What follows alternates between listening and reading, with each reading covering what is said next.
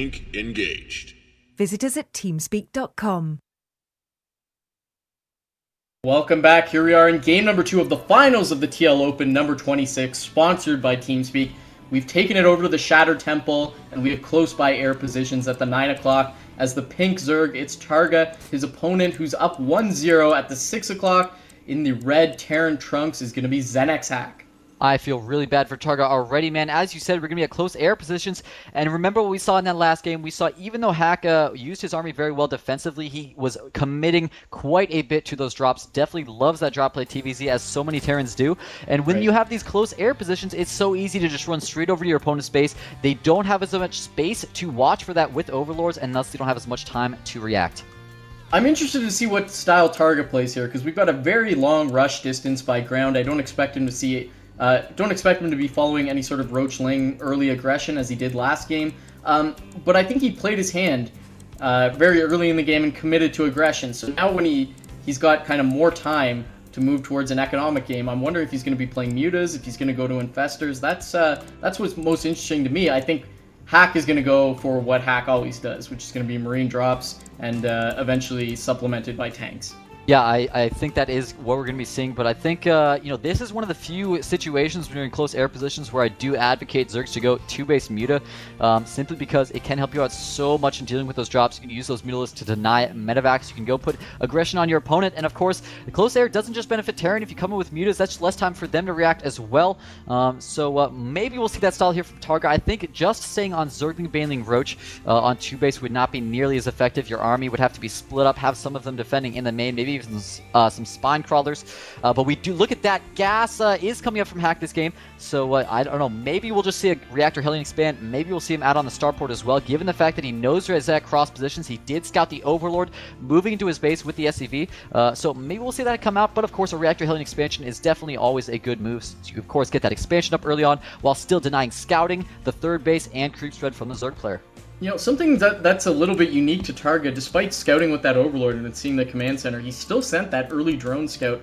Just really wants to be safe, wants to get in there, make sure he sees the refinery, sees what Terran's up to, and I don't see a lot of Zergs doing that, so a little bit of an interesting play there. We can see he's gone for the 15 hatchery, taking a very quick expansion, now going to transition into extractor and spawning pool, as is standard. Hack hasn't really shown any play, and there he goes, dropping the factory, so probably going to be some variant of Hellion opening, but let's take a look to see if he takes a second gas. He's not taken it yet, so I'm going to stick with Hellions.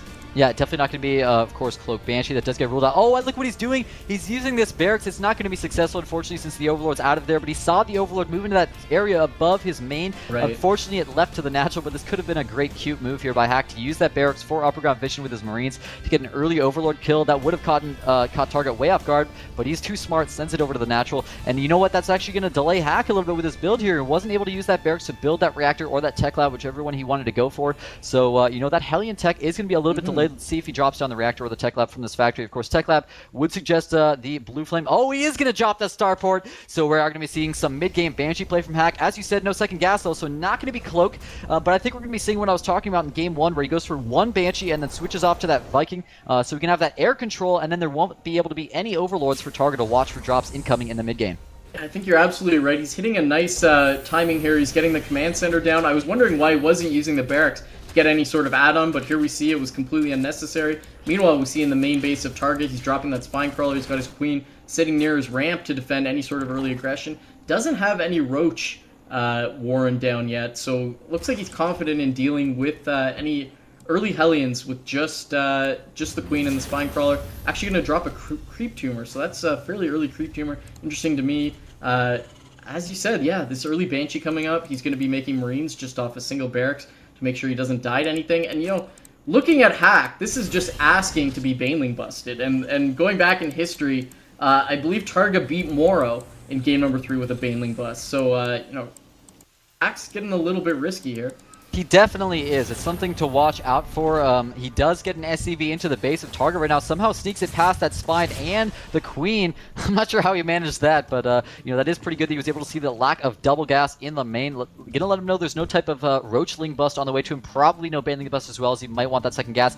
And look at that. We are going to see the switch off onto the Viking for Hack here, and that's going to be absolutely fantastic for him to be able to pick off these overloads. We do see TargA trying to set up an overload there to watch for drops. He knows that's the play you have to do. Here comes the Banshee, but TargA so smart, brings both of his queens in here. Of course, a Banshee can beat one queen one-on-one, but it can't be two. And oh no, some miss micro there from Hack. What you can sometimes do, even if you see the double queen, is just send it over to that upper ground above the main and just, you know, continue to stutter step and pick off drones. Unfortunately, he wasn't able to get a single drone kill, so that's a huge blow to Hack. But of course, he can just send it back, repair it up, and go for round 2.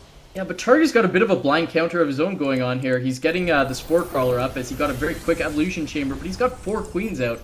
And that means he's got creep connecting his main and his natural, so the queens are able to dance back and forth as necessary. And that means he's got queens just laying creep tumors spreading out of his natural very quickly. So if there was ever a build you want to be going against a quick Banshee, it's going to be getting a lot of queens, and that's what TargA has done here. Yeah, I think he might just be overreacting a bit, thinking that perhaps it's Cloak.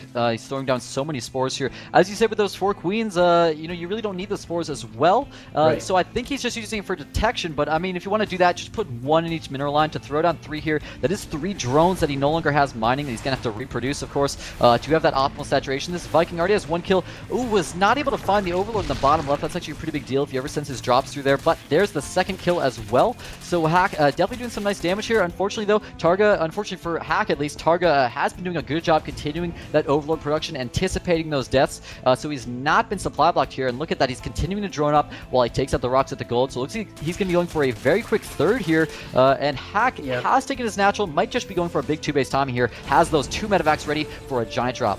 Yeah, I think he's going to use the Banshee to do some sort of harassment, bait the queens in, and then drop the Marines and take them out. But we'll have to see what happens. TargA is going for +1 and a lot of Zerglings. He got a very quick 3rd macro hatchery. As you said, he was pulling down the destructible rocks, but for some reason gave it up. He's flying now with his squadron, his Banshee, and his 2 medevacs. He's actually flying very close to a Spore Crawler, but manages to get around it. Is TargA aware of this? No, he's gone back to killing the rocks. Let's see how much damage these Marines can do as they stim and move forward. Able to take out the Spore Crawler. That's going to allow the Banshee to move forward, and TargA is fully coming back. Let's see what happens. It looks like 3 or 4 drones have already gone down. Now he's target firing the spawning pool. This is going to be huge. If he can kill that spawning pool, TargA will not be able to build any more units. And he does get the spawning pool with that Banshee. He's doing so much damage right now. Looks like the Marines will probably be taken out here. So Hack is going to be forced to fall back, but he definitely did the damage he needed to do there. Not only killed 5 workers, but the lack of that spawning pool is going to be so hard for TargA to deal with because, of course, he did not make a Roach Warren. He's just starting his Spire now, so he literally can't make anything but drones out of those larvae. And, of course, I guess overlords for the next couple minutes here, or I guess 65 seconds that it takes to make a spawning pool. That's going to be a huge blow to him if Hack comes forward with a nice timing, since TargA will not have any production available. And this Viking at the northwest continuing to be very annoying, going to rack up its 4th kill, all overlords. TargA has managed to clear out the gold rocks. Probably going to send a drone over there to expand it. He's got nothing else to dump his minerals in right now. The fortunate thing for TargA is that when ZeNEXHack was attacking, his medevacs accidentally flew over the Spore Crawler in the main base. If those medevacs didn't die, Hack would have been able to go back to his main base, load up, and drop round 2, and TargA, without the ability to make any Zerglings or any units, really, that kill things, would have been in a bit of trouble, but as it is, Hack didn't have access to those medevacs. Now, TargA is going to be able to get the Spire up and start getting Mutalisk out. That's going to help him with map control. He's got the gold up. He's in a pretty nice position. Only 53 drones. He could deal with a few more rounds of drones. He's got +2 melee actually on the way, and Baneling Nest as he's settling into kind of typical Zerg mid-game. Look at this timing from Hack. He just got the engineering bay up. Probably going to start a couple turrets here. There's +1 already on the way. You know what? He's not starting the turrets yet. I was expecting him to start those since he saw the lair timing with that drop. That was a huge tell that mutas were going to be on the way. And yet he has not started those yet. I mean, you know, if he had actually just started those as soon as the eBay finished, that would have been pretty much completely perfect timing for these mutas to appear. Instead, with none, he is going to have a little bit of a tougher time defending here. Going to have to send those Marines back. And since they're moving into the middle of the map, this is pretty much the single worst timing for Hack to move out right now. If those mutas just go straight into the main, then he will be able to pick off those turrets before they're finishing, but no, he's going to have them in the middle of the map to pick off that that Banshee, and that's actually going to be not great for TargA. If he had sent those into the main, it could have caused a lot of damage to Hack. As it is, he doesn't have any Banelings, now just morphing in 8 just now. This is going to be really difficult for him to deal with the elevator tactics from Hack going into the main. Yeah, that was so unfortunate that he didn't send those mutas into the main. Now we've got turrets up defending Hack's main, so there's no option for the mutas to fly in there. And TargA doesn't really have too much of an army that's heavy hitters. And this is so annoying when you got the tanks on the low ground, the Marines stimming, running back and forth. Mutalisk trying to deal with them, but very frustrating. There's even a Viking in there. Oh, nice transfuse. I think TargA may be able to hold this. There's not too much of a backbone army here by Hack.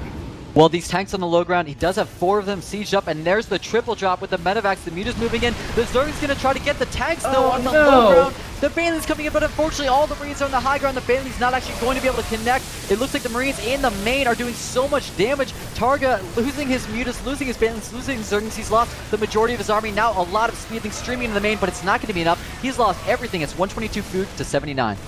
That's got to be game. It was so unfortunate that TargA kind of gambled on the lower ground.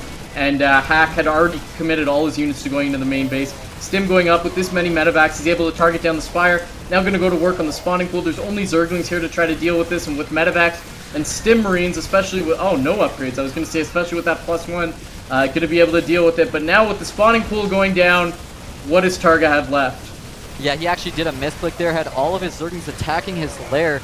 While they were streaming into those Marines. So he is definitely too far behind this game to get back. He will be able to kill off this drop with these Spine Crawlers, but he lost so much right now. It's 62 SCVs to 42 drones, and that's just getting lower and lower due to the attack at the third. He's going to lose that gold base now, and that's just going to be the nail in the coffin. Hack was already so far ahead, but now with no third base, TargA forced to call the GG. Oh my gosh, Hack already has a 2-0 advantage in this best of 5. Yeah, and you know, that game was fairly even. I feel like if TargA had sent those mutas in the main base, we may have saw a different game, but once Hack did that little bit of elevator play, you could see that he smelled blood. He tasted blood, and he was sending all those units reinforcing, attacking at the gold, continuing to reinforce in the main base, and TargA just fell apart, losing that spawning pool and that Spire. I'd love to see that game again in an alternate universe where those mutas go into the main base. Yeah, I always wish there was a feature in the game where you could like jump into a replay, just start the game at that point in the game. Because yeah, that timing was crazy. Hack did not start those turrets on time. The mutas could have come in, and with no Marines in position since they were all in the middle of the map, they were all in the mid. He could have killed every SCV, man. He could have killed the production, could have killed the turrets. Would have been fantastic. And that may have actually forced kind of a base trade. That may have forced Hack to just stim up and attack the natural. Maybe TargA would have been able to just weather the storm and take down game 2. But as it is, he's going into the finals, which is going to be on Shakur's Plateau. Or not the finals, excuse me. We don't know the result. But what could be the final match is Hack is up in a 2-0 lead. And that's going to be game number 3 right after this short commercial break.